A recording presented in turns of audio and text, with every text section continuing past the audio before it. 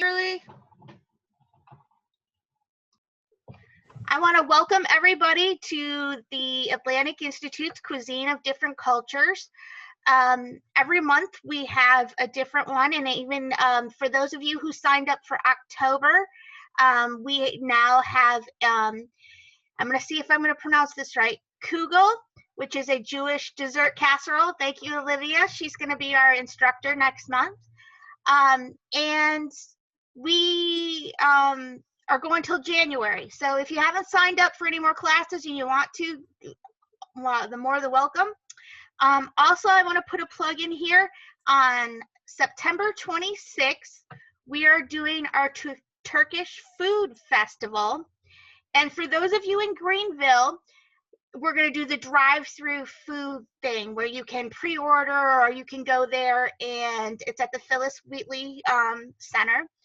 And you can go drive up and get food, Turkish food.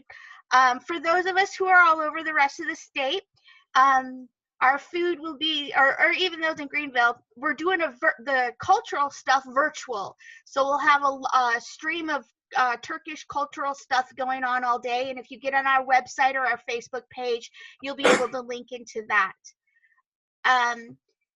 Let's see what else. That's it for right now. But like I said, sign up for stuff if you're interested. Keep an eye on our Facebook page for the Turkish thing. And now I'm going to turn this over to Shirley, who is going to be our instructor for today on, is it Banket, Shirley? Banket. Banket. All right. Hey, everybody. I always think it's interesting to know a little bit of history behind the food that we're talking about. And so my family history is that my great-grandparents immigrated from the Netherlands in the late 1800s, so 1880s or 1890s. And at that point, that wave of Dutch immigration was really spurred both by a famine in Europe, and my ancestors were considered religious refugees. So the part of Europe that they came from at that point had been under various different rulers for at least the previous century or not more. And my ancestors were really concerned about preserving their right to worship as they wanted. So that's a little bit of the history behind how my family got here. That was the first wave of Dutch immigration, and they tended to land in New York City. And then as they spread out, there are 4 or 5 different areas in the United States where those clusters of Dutch folk still are. One is in New Jersey, one is in Holland, Michigan, a third one is in Pella, Iowa, and then the community that I come from is Orange City, Iowa, which is in the northwest corner of the state, not too far from Sioux Falls, South Dakota, and Sioux City, Iowa. And then there are a couple of what I would call colonies in the state of Washington. There was a second wave of Dutch immigration that happened in the 30s and 40s, 1930s and 40s, that really most of those folks immigrated to Canada, and that was spurred on largely by World War I and II, where people felt the need to get out of what was a very volatile situation in that part of Europe.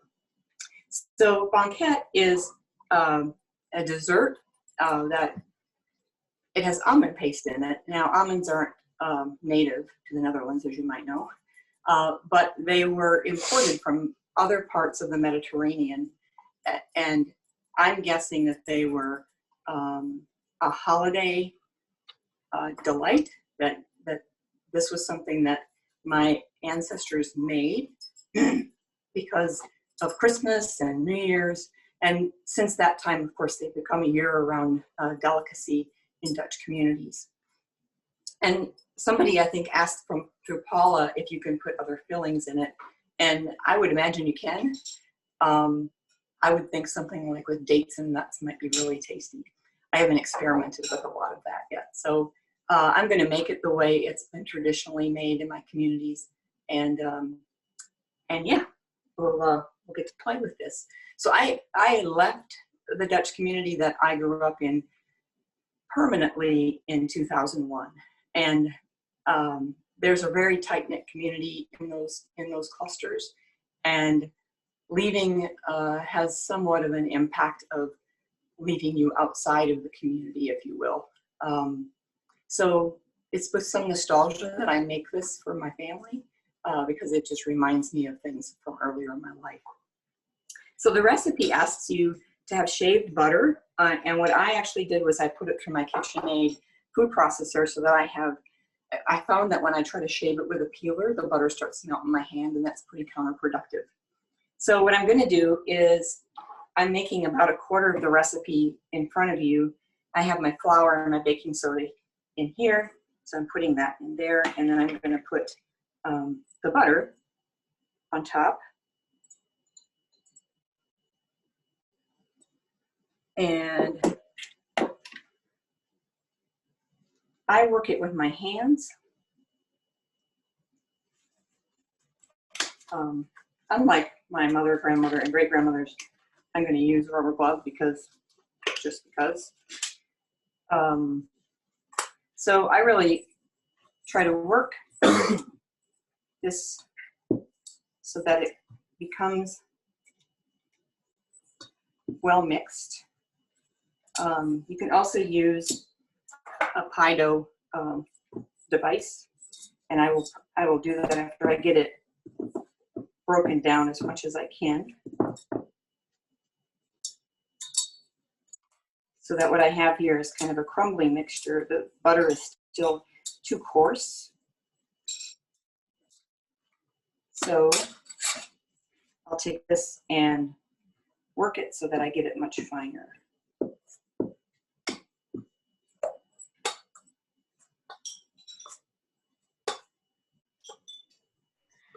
Shirley, there's a question. It says, how much flour does the recipe call for? There were 2 different flour measurements in the recipe that was sent.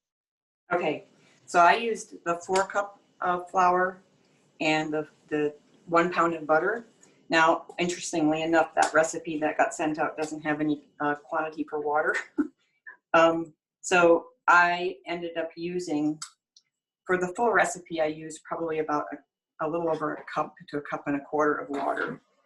And so since I'm doing a quarter of the recipe here, I have a little over a quarter of the recipe, I have a little over a quarter a cup of the water that I'm going to put in. This is really a lot like pie dough, if you're a pie maker at all. It's got a lot more butter than pie dough has. And that, of course, leads it to be really flaky once it's baked.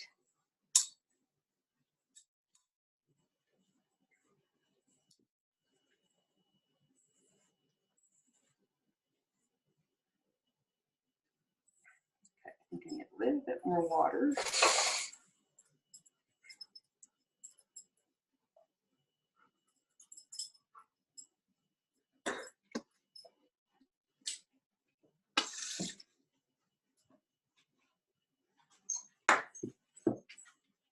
And I try to add that very minimally at a time just because I don't want it to get too soggy.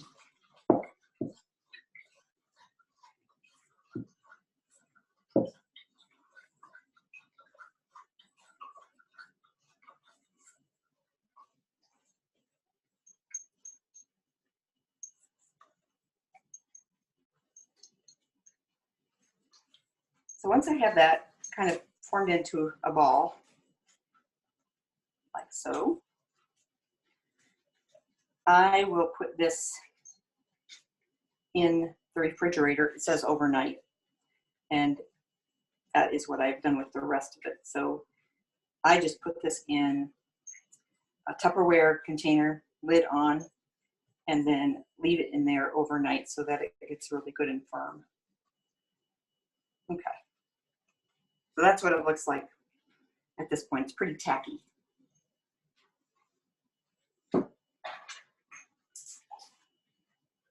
So when I get it back out of the refrigerator, I divide it up into 4 the dough, I divide it into 4, and I form it into sort of like a little log, like this, okay?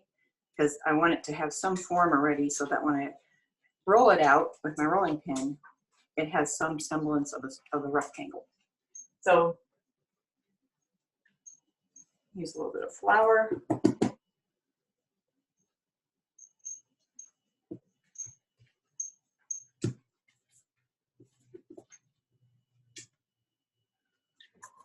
And then I start to roll.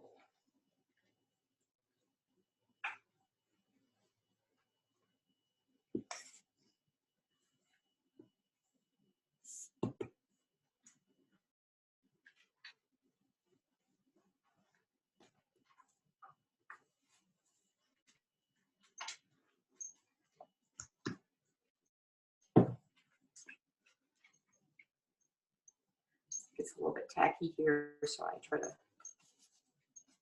add a little more flour.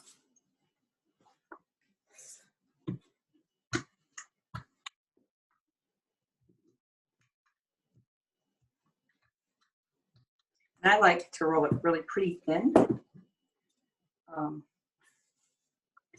See, I'm getting a relative rectangle already.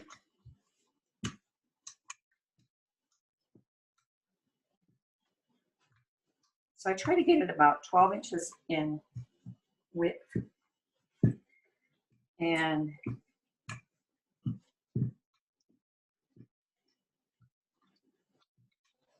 maybe about 10 inches.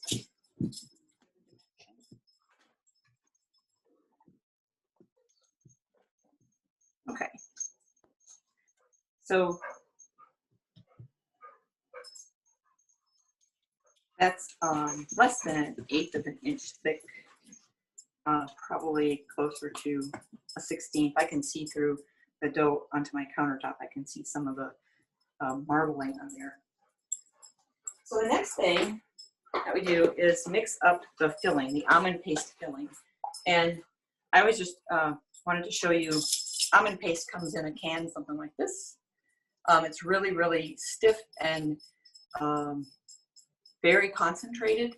And so the sugar and the eggs tend to be able to make it a lot more workable. And so I also divide that into 4. And then what I'm going to have here today is basically 1 out of 8 Banket rolls. So I just start working this. Shirley, that's just the almond paste? Almond paste, eggs, and sugar. And sugar. And almond flavoring, yeah. So you just mix that all up in a bowl? Mix it up in a bowl. I do that the same way so that I put it in the refrigerator the night before. And what I have here is a roll that's not quite a 1/2 inch in diameter.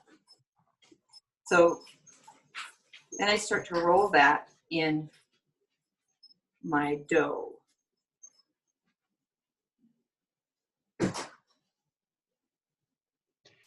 Someone has asked if you've ever made your almond paste from scratch. I have not, but that would be a pretty interesting project, wouldn't it? Oops, I didn't have quite enough flour there. I've not. I would imagine that I would probably use a food processor, right? Is that what you're thinking, whoever?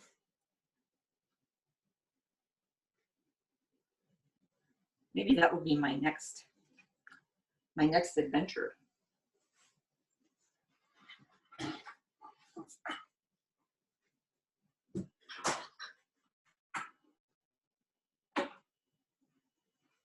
So, can I ask real quick, where do you find it the easiest to find to buy the almond paste? well, I get it usually online, although I think there are some grocery stores around here that do carry it. Johanna, do you remember if Publix has it? They do, but it's not the same thing. Okay, so what we get is not the same thing that they have at Publix. I think that's a little more, it's not quite as concentrated, right? Mm-hmm. Yeah. I have to give just a shout out to my two oldest children, Nick, who's my cameraman, who mounted my iPad on a stepladder and has it tucked in with tape, and my daughter Johanna. Both of all of my kids actually were born in Iowa, and so they can remember the Dutch bakeries that are in the two communities that we live near. So I've got this on a roll on the pan, and then what I want to do is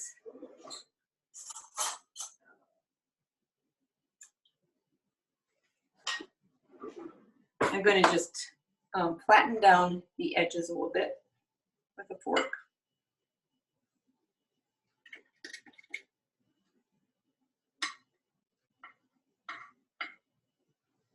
And I make a slice about every inch. And I don't make this slice go through the entire dough part necessarily, but if it does, that's not a problem.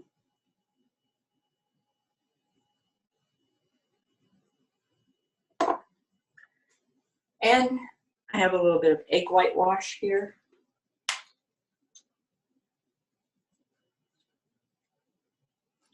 So I just put a generous amount of that on. It ends up creating a really nice texture or consistency on the top after it's baked.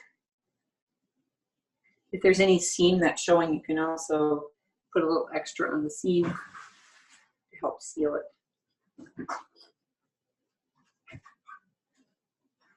And then I just sprinkle sugar on the top of that.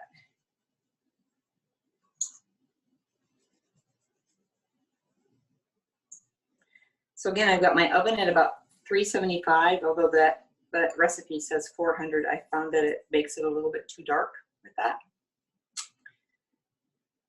All right. And I put it in the oven for, I check it at 20 minutes to see, make sure it's, if I leave it in for 25 and it gets too dark, it's hard to go back and undo that.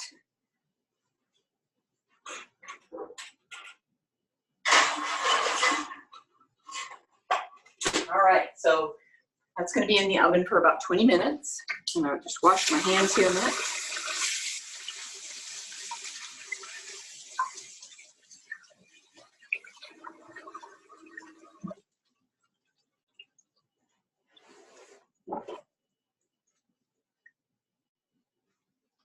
And magically, our 20 minutes is up.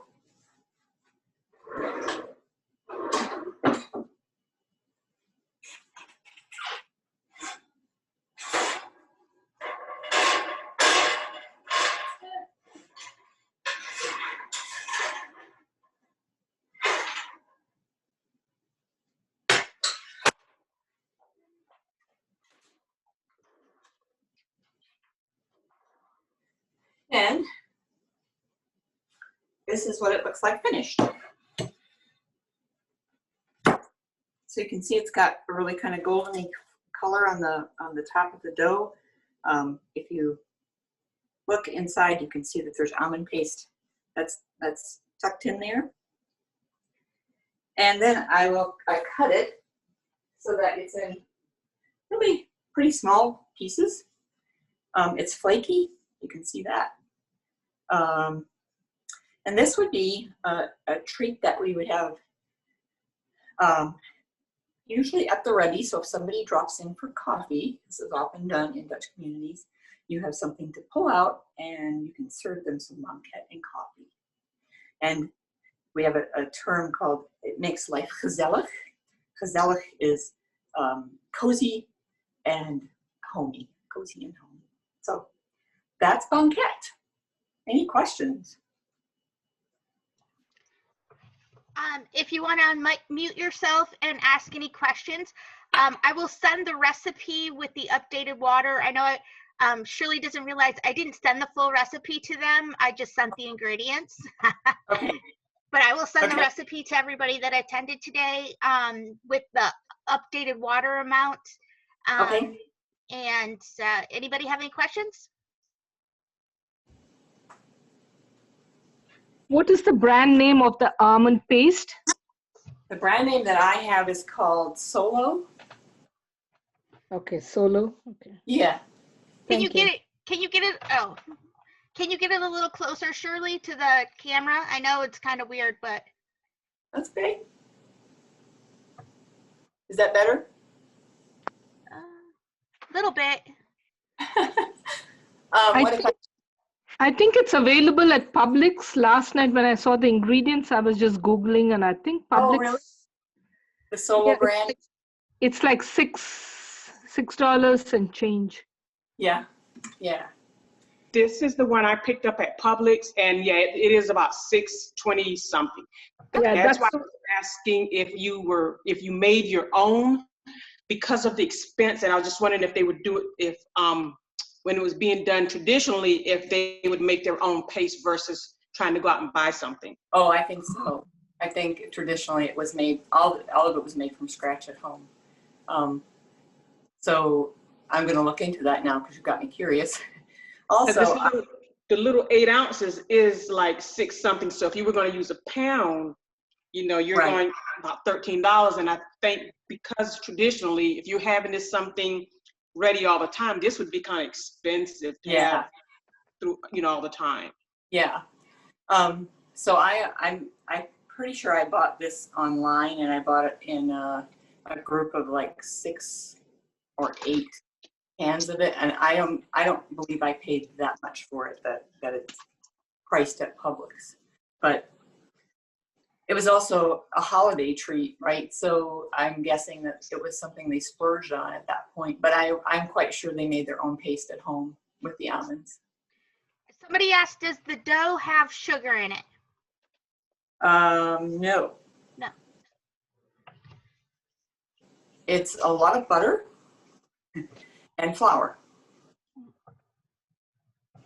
And a little bit of water. But yep, and a little bit of baking powder.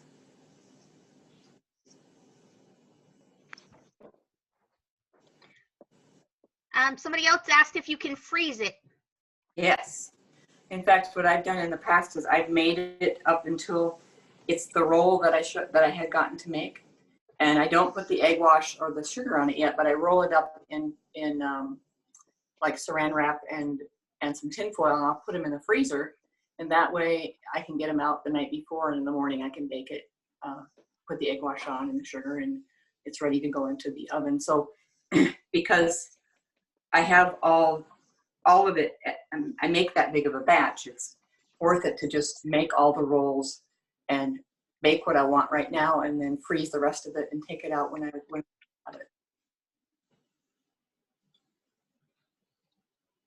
So this recipe makes 8 of these right here.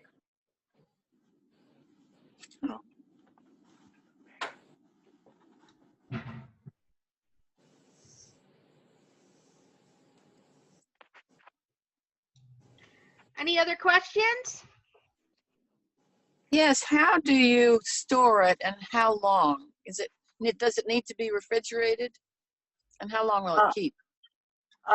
If it's refrigerated, it's going to store longer, of course. But you can keep it in a Tupperware. It doesn't last very long at my house. So I don't really ask that question, but I would be willing to keep it out of the refrigerator in a sealed container for 2 or 3 days. It will be fine. And somebody else asked, half a teaspoon or a tablespoon of baking powder? Oh no, half a teaspoon. Half a teaspoon for the whole batch. Yeah. Okay. Yeah. As you can see, it doesn't have, there's not a lot of rise in it, right? So it's, try to get it closer to you. There's not much, you don't need much leavening in it because it really is almost like a pie dough again, that you want it to be, it holds, its purpose is to hold the almond paste. And it tastes really good around the almond paste too, but you don't need it to be have any leavening or rising agent in it like that, aside from just a little bit of baking powder.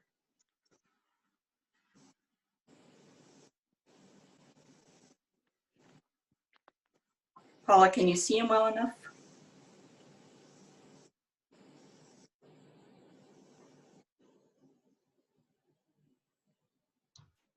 Yeah, they look really good. They are Anybody really else good. want to get a bite? I do. When I made them late yesterday afternoon, and my adult children start streaming in from work, and oh, can we eat that? Can we eat that? So it'll get eaten now once we're finished, I can assure you. Shirley, I had a question. Do you know how to make stroop waffles? You know what? I've been looking for a stroopwafel iron. In fact, and I bought them, we found them at Costco actually, and they are very tasty as well, aren't they? It's one of my favorites. Yeah. Yes. Yeah, I we would, lived in Leiden for about a year, and I loved those. And I love these almond ones too. oh, so you're familiar with them. Oh, yes, the cheese and the cookies. I love their cookies. And I think this is the one, I forget what it's called in Dutch, but anyway, this almond one. But my stroop waffles are my favorite. I love those. Yeah. I actually have some in the cupboard. Me too. We get them Yeah. at Little. Yes, I parse them out very carefully to myself. Oh, I just love those. I wish I could make them. I don't know how to make them, but you know. Well, you know what? I'll do some looking into that, and if I find something, I'll send it to Paula. Oh, thank you. There's Thank you. got a little iron that you do that with. Oh, yeah. But these are called Banket in Dutch. That's, I Okay. mean, that I know. So that's the other thing, right? My family has been in the United States now for 3 generations. And so Right. the language gets a little bit altered and shifted. In fact, when I'm teaching, I teach at Columbia College, and we talk about immigration and the remarkable piece about how families lose their language within a generation or two. And it's such a loss, isn't it? Yes, it is. Unless you keep up with it, you know. Yeah. Yeah. And in my family, a lot of that was around shame. So my father and his siblings still lived in a home that spoke Dutch. He was born in 1927. And when they started going to school, which was in a one-room schoolhouse, my family are farmers, there was, even in that community, speaking Dutch was seen as backwards, or like you hadn't caught up yet. Yeah. And so my parents could understand what their parents were saying when they spoke in Dutch. I intuited a lot as a kid, and I could figure out what they were saying, but I have very little of the Dutch language left in me. And it's not too late, right?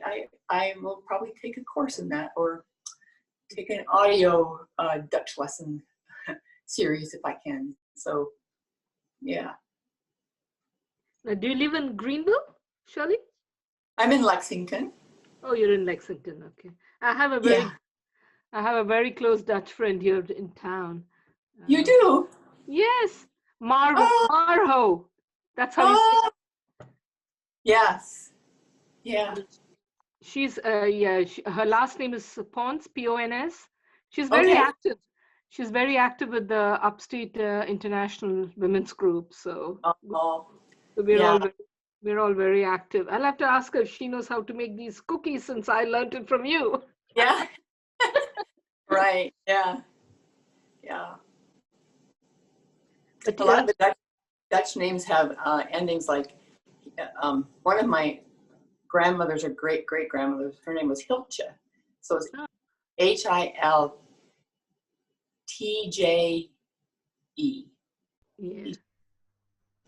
And that's Okay. an uncommon ending for names out of my ancestors anyway.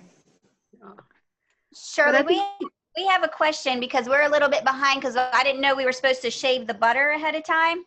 Uh-huh. So it seems like an awful lot of butter and It not is. enough flour. Like, is it supposed to basically just kind of be like butter? Yeah. Yeah. Okay, so it said 4 cups. So we did the 4 cups, and then it says a half a cup. That's just for That's just for when the we roll it out. Right. Right. Okay, so do you have I don't have a rolling pin. When I moved, I got tired of having stuff that I didn't use, and so I got rid of my rolling pin, and I don't have one. So otherwise I would have bought one already. But do you have another suggestion for rolling it out? Wine bottle. A wine bottle. Okay, I got a bottle. Wine bottle. Okay, I got that. That'll probably work. Yeah, that's what I would use. Okay. So when you said shaved butter, what did you do with it? I mean, like. Okay, so it's this is still dirty because I haven't washed it since I did it, but I have a KitchenAid mixer. Oh, And- okay. All right. So And I have a food processing part of it, she says this is how it's supposed to be. So okay. and I shave it with this. Okay. I realized that my forebears didn't have one of these. All right. So you just have to leave this like this. Okay. If you don't But- put your hands back in here, then You can also shave it like with a potato peeler or a vegetable peeler. So is it like a grater, said to like make a it in like a four. cheese Yeah. grater? Yes, yes. Yeah, cheese exactly. grater. Okay. And if I were to do it that way, I put would this in the refrigerator for a little bit, and then we can make the. put cold. So she said to make 4 balls. Okay. Hey, Nicole, can you mute yourself? Oh, sorry. I thought I did. I got butter all over my hands. Okay, I didn't have my butter shaved, so I use it from the block, but I Yeah. use a presser, my pastry presser, and Oh, just yeah. pressed it in the flour, and this is what I have. Yeah, yeah. I have my ball, well, almost my ball. Okay. Yeah. Now Sure. it's really, I'm only doing a half of a thing, so it's really greasy, buttery. Is Yeah. that the way it's supposed to be now at this point? As if it's not been refrigerated, it's going to be really tacky. Right. I haven't. Yeah, I'm gonna put it in the refrigerator. I guess I'll do the rest of it tomorrow. But Yeah. it's right now. I have a nice smooth ball, and it's buttery, Yeah. and that's the consistency it's supposed to be. Yes, ma'am. I have what I had mixed up earlier. I haven't gotten in the fridge yet, but it's very pliable when it's not cold. Okay. Is it And what then kind of? all I need to do is wrap. So I just need to wrap it in saran wrap or something like that. Yeah. To put it in the refrigerator. Okay. Yep. I wonder how many of you are going to make this. That's exciting. So those of you who are going to make it, if you'd like to post your done product on our Facebook page, that would be awesome. We would love to see that. Yeah. Yes. Yeah. Any more questions?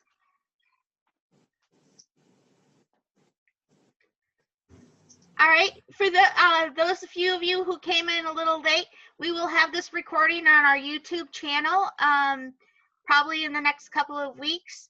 And I will be sending out the recipe with the butter update, or not the butter, I mean the water update, probably Monday to you guys. So thank you all for coming. We enjoyed it. Thank you very much, Shirley. Well, you're welcome. It's been fun. And Sorry, Yeah. one more thing before you go away, because you said you weren't sending it out till Monday. What is the water update? Where does the water go? Into the dough with flour. Crap. Okay.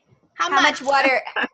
How much for a water whole- is supposed to be in the dough? Because we were done.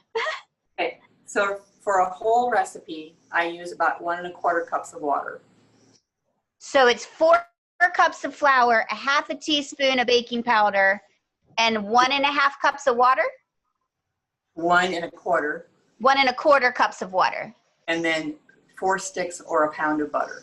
Okay, I got the butter. Okay. Okay, thanks. No problem. Thank you. You're welcome. Thank you, Dorothy. Thank you. Thank you. Thank you, everyone. Thanks, Paula. What is the YouTube channel? Because we need 1 1/4 cups of water in here yet.